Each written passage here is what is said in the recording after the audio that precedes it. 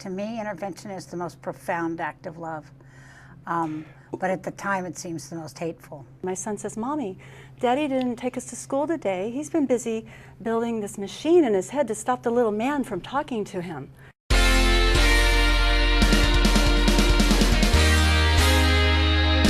What do you do when a friend or loved one is in trouble with drugs or alcohol or gambling? What can you do and what should you do? Today, Candy Finnigan is here. You've seen her on the popular A&E series Intervention. She's author of When Enough is Enough. She's successfully done hundreds of interventions. And also here is Lauren Sullivan. She and her husband were successful Silicon Valley power couple with great jobs in the computer industry. She never thought the day would come when she found out her husband was a crystal meth addict. Her attempt at an intervention ended up with him with a gun on the roof of their house, shooting in a residential neighborhood, and the SWAT teams being called in. Great to have you here today, Candy. Thanks. Lovely to be here, Greg. Lauren? Nice to be here. So we were talking beforehand, and you said, really, there's been a whole change in attitude toward interventions these days. It's gone mainstream. You told me about the cologne intervention. Yeah, well, you know, I think that drugs and alcohol in our society, even though I doubt there are very many people alive today that doesn't know somebody who's had a problem or has a problem. And so it's the unspoken shame of our society. And because of that, you can tell somebody they have cancer or mental illness, but oh God, don't talk about the child that's an alcoholic or a drug addict. And it's mainstream, as I said, you know, when I first kind of got involved in the process, I thought, well, there's kind of nobody that's outstanding. This is your story is who uses crystal meth or smokes crack, and got to tell you something, it's very common, you know, it's... How common is it? I mean, in the book you cover so many well, addictions. Well, there's 25 million addicts and alcoholics that aren't treated. So, and you know, the thing about addiction and alcoholism is that because denial is kind of the mainstay of the disease, right, you always kind of just rescue yourself usually for many, many years before you fall flat and you're up on the roof, you know. And the SWAT team being called. Yeah. You said that really there's been a change though too. You said there really aren't any good old drunks anymore that you see. What do you see? Well, it was funny because I'm a recovering drunk, and or I'm not sure I'd be sitting here. You know, I mean, it takes one to know one, as they always say. And I just didn't know where it was going to take me, but I had no idea I was an alcoholic. I mean, you know, for many years I drank to match my dress, and when that didn't work anymore, I, you know, changed to vodka, and when vodka didn't work anymore, I... Well, should I say you have a little bit of the rock and roll lifestyle? Was that part of it? Well, I married the man, not the job. You know, when I met my husband, he was playing basketball at Kansas University, and he was in fraternity, and I was in a sorority, and I had no idea where life was going to take us. So I knew he sang, and I knew, you know, that his family had talent, but when I fell in love with my husband, he was not a rock musician. So I thought he was going to be an attorney and a politician. That was bad enough. So, but as it ends up, you know, he's a very successful musician, and so the lifestyle really, I think, kept us going a lot longer maybe than it would if we would have done something else, you know, because, you know, being high was half the fun. So. Half the fun. So, you know, as you said at the beginning, you know, there is kind of a private shame, or people feel that, but yet shows like yours in the book are helping people get help.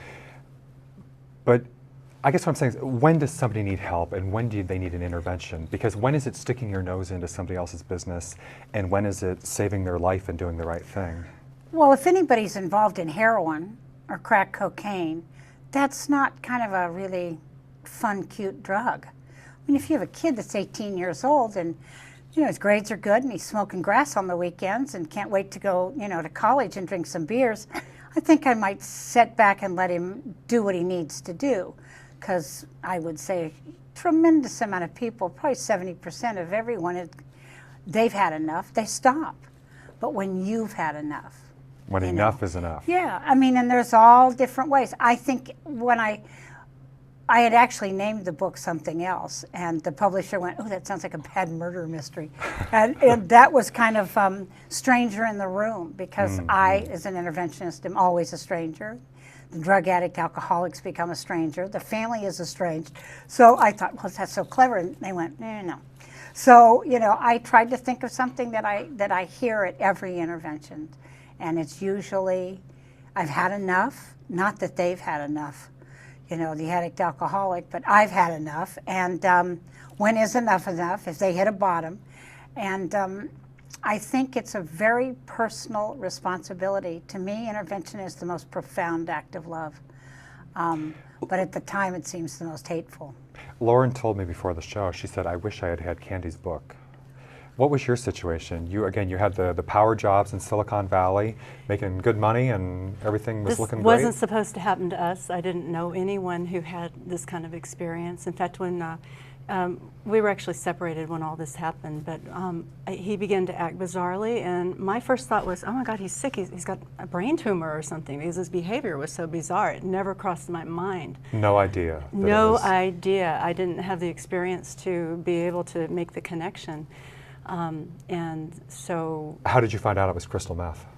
Well, you know, there were people around him who were protecting him, because of course we were in the process of going through a divorce, and nobody wanted to tell me.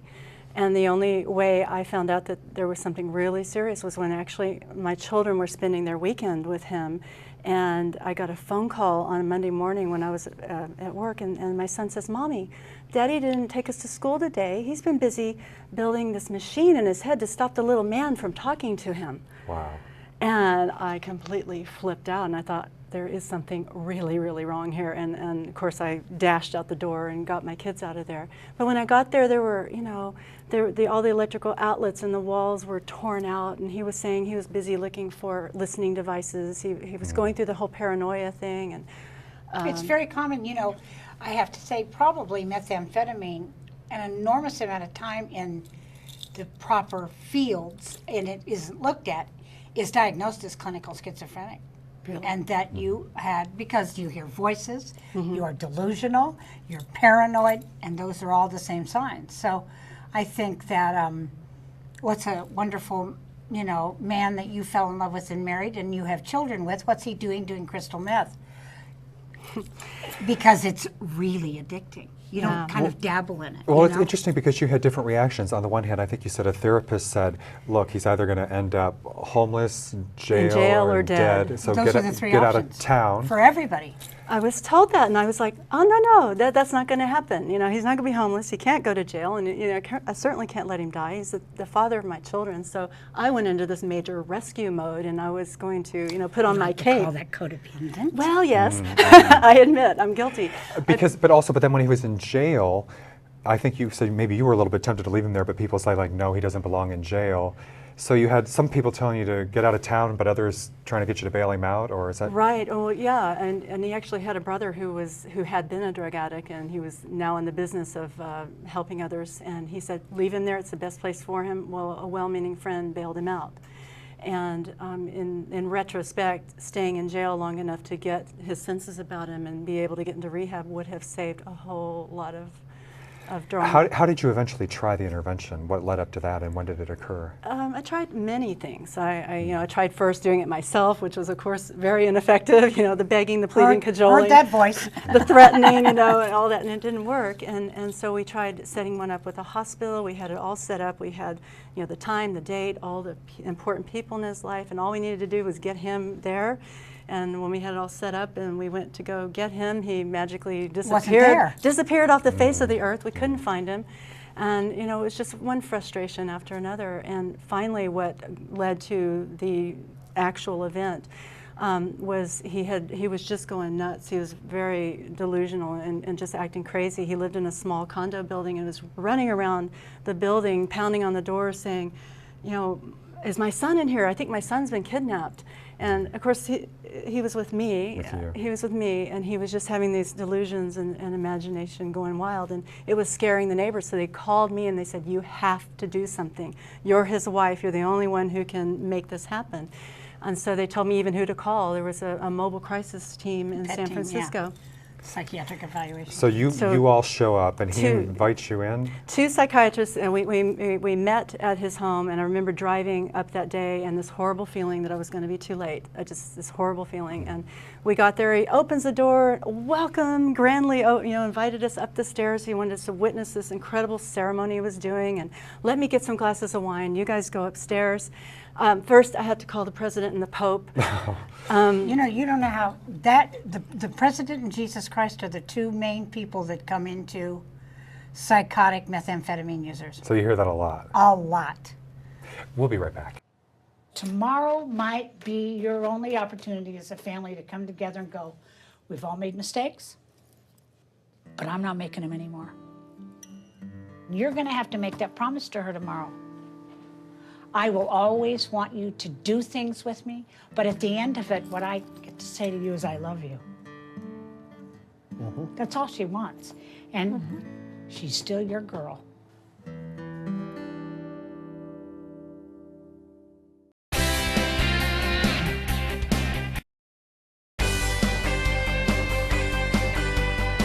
And we are back with Candy Finnigan and Lauren Sullivan. Candy's book is When Enough is Enough, and Lauren's book is Give Wings to Your Dreams. Okay, so after he called the Pope, then what happened?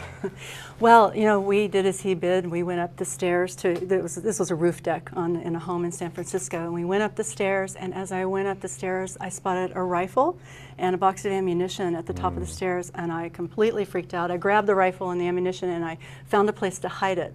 So then he came up the stairs, and then he saw that the rifle was gone, and he flipped out and went into this incredible rage. And then he went downstairs, came back upstairs with this big smirk and another rifle. Oh, wow. Yeah. And at that point, the psychiatrist dialed 911, and we got out of there just as fast as we can. And the police were there instantly, because it turned out they'd been looking for the source of gunfire in the neighborhood. And in his mind, he was totally delusional. He was doing a 21-gun salute. His father had passed away. He was a military officer, and he was trying to honor him with this 21-gun salute. So the SWAT team is there with Yeah. the guns drawn, pointed at him at this point? Well, at this time, I'm like crouched on the corner, and all of a sudden there's a team of 6 SWAT guys that came dashing past me. I hear on the police band radio, we've got him in our sights. And I'm just completely freaking out. I looked up at the corner on the very top of a church was literally a sharpshooter with his rifle aimed where my husband was standing, where I had been standing moments before.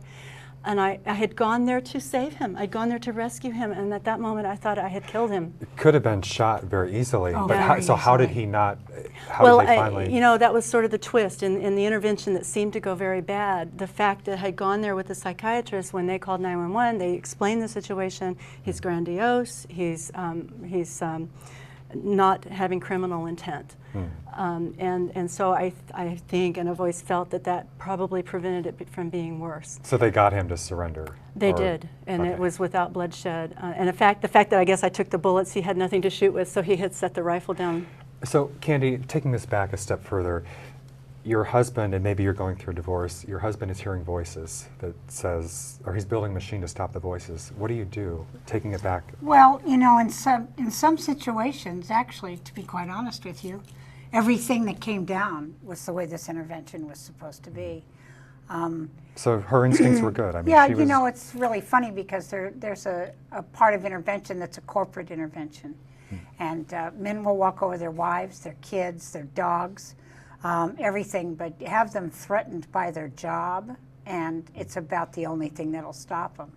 And in this situation, I think that he had hit such an emotional low because of his, psychotic break. I'm not sure that he hadn't gone so far that there wouldn't have been no reason with him. I mean, this is exactly how it had played out. And that happens a lot with methamphetamine. Doesn't happen a lot with very many other drugs, but if they go quick. People were telling her to leave, get out of there. Do you walk away or do you do an intervention? To be perfectly honest, if it had reached this level and he was hearing voices and taking all the sockets out, I'd have to say it was going to be hard to settle him down long enough to go, we love you, get some help. He wasn't going to be able to hear any of that. And with that intense of paranoia, there's no reasoning. So if I had children, there would be no intervention. I would just leave. And take the kids or get Yeah, get custody. safe. And what about bailing him out of jail? She didn't bail him out of jail. He found somebody else to. That's the manipulative part of addiction. Should you know. leave him in there?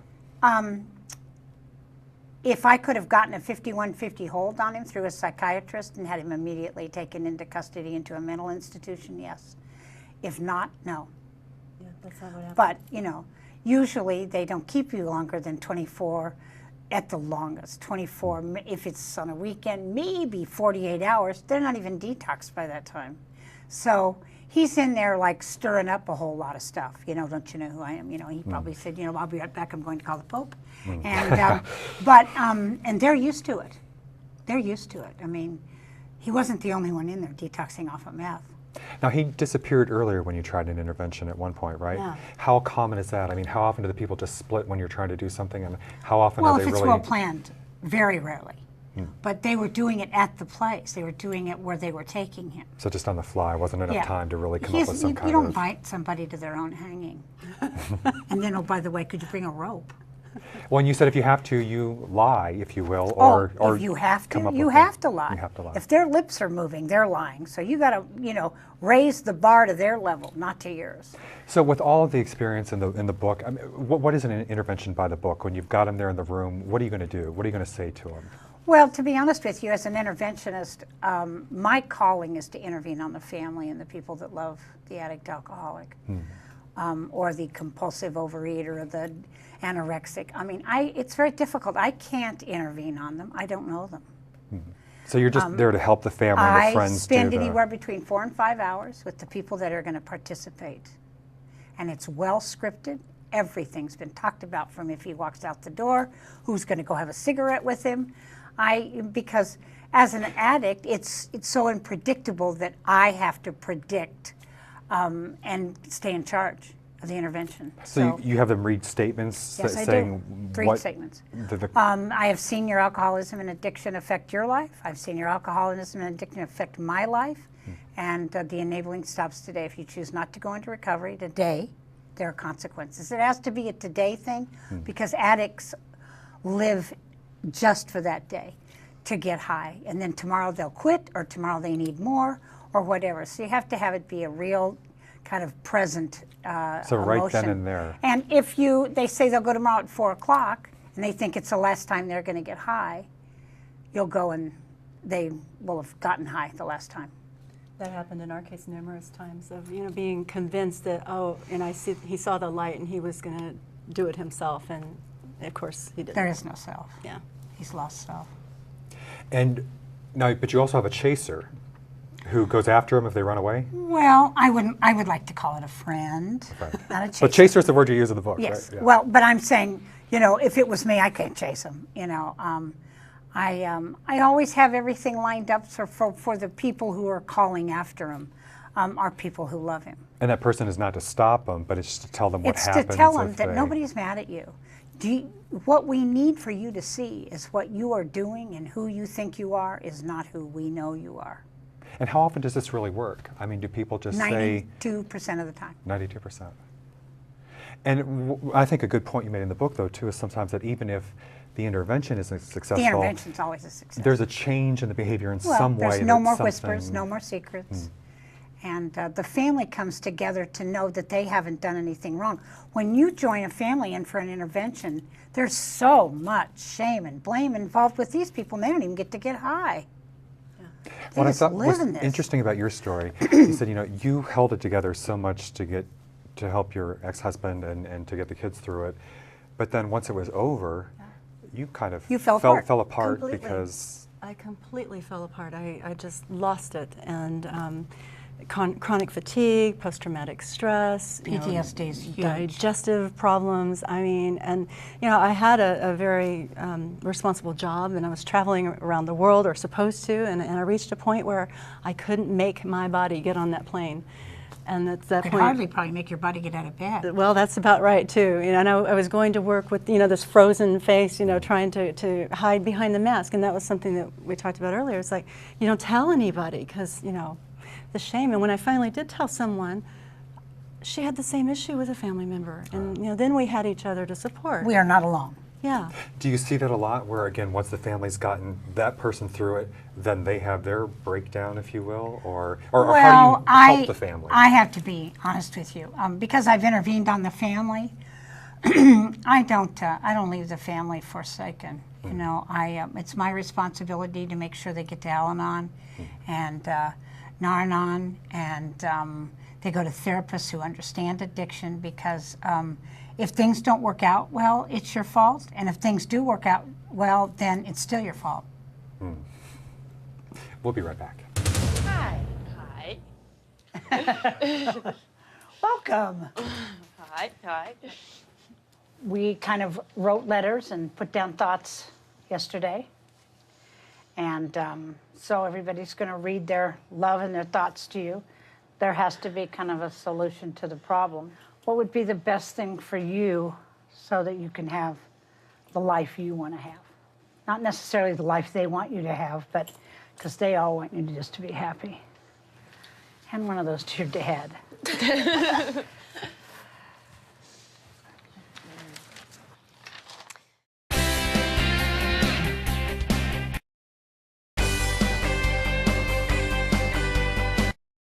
And we are back with Candy Finnigan, author of When Enough is Enough, and Lauren Sullivan, Give Wings to Your Dreams.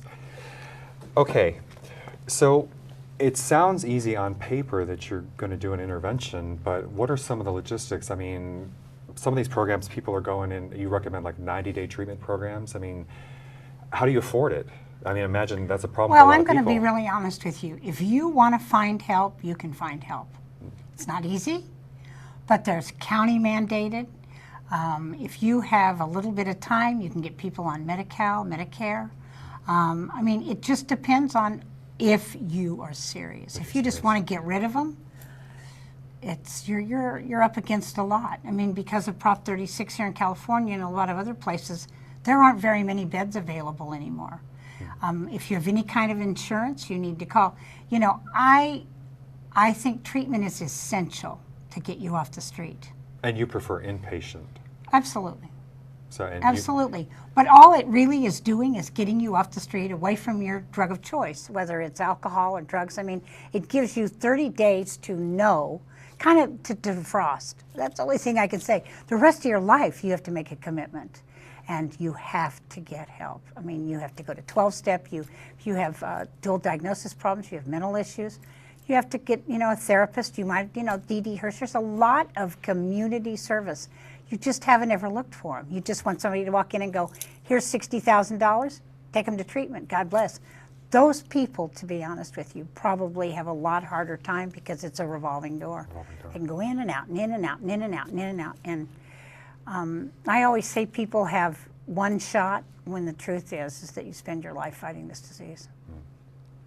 Now, in your case, money wasn't really the issue, I imagine. You could afford the treatment.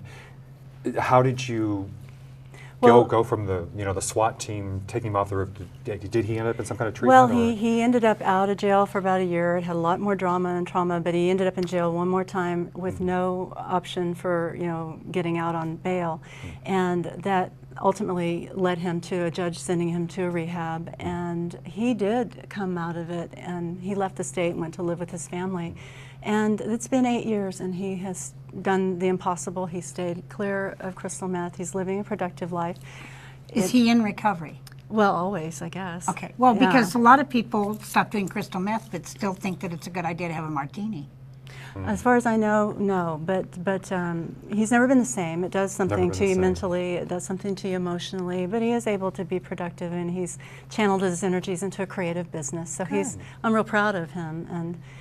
And you made a major change yourself. I You did. ended up quitting your job. And I did. I was in the very high-stress, fast-lane Silicon Valley world, and I, ended up needing a medical leave of absence, and I had the time to rethink my life. And in doing so, it was really a great gift. You can look back on the past and say, well, what how was that a catalyst to something new and better?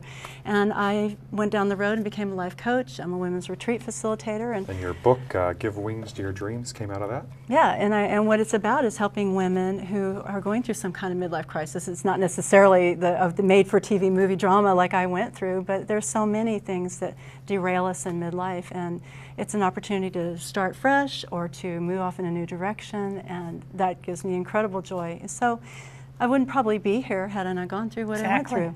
So I do, have gratitude for the gift. I mean, I wish it hadn't have had to come at such a cost, but. Well, Candy, considering how common this is, what do you want people to know? I mean, we're running out of time here in our final minutes. Well, but if I can do anything, I can just always say, no matter how desperate you feel, there's hope. But hope doesn't sit on a chair and think about it. It's an action. It's true. Even though it's a very highly emotional, don't not do nothing, because then all you have is a whole bunch of regret. I would say do everything you can to bring the person back to themselves. Maybe that isn't going to bring them back to you, but they're terminally ill. They're not bad people, they're sick people, and they can't get well by themselves. But yet you're also very strict about not waffling as far as, for instance, when you come up with the consequences and things, you're not going to just blow Don't that off. ever say there's a consequence that you can't stick to, because the truth is, that's all you've done is promise you were going to do things, and you never did. In the end, you probably end up doing, well, you're certainly not helping them. No. You may think that you're being a nice guy, No. but you're really just... Somebody has to take charge. And they're in charge. They're the elephant in the living room. That's where that came from. Lead them out. Ultimately, my ex-husband thanked me for helping to save his life. And that was that's all I needed, to know that I had been there and done the right thing. Exactly. Without even knowing it. Yeah. Saving yourself and your children at the same time, hoping that he would save them. Yeah. Well, thank you both very much for being here today. I sure appreciate it. Lauren Thank you. Sullivan, Candy Thank you Finnigan. so much. I really appreciate it. My pleasure. Her show is Intervention on A&E. Candy's book is When Enough is Enough, and Lauren's book is Give Wings to Your Dreams. Thanks everybody for watching. We'll see you next time.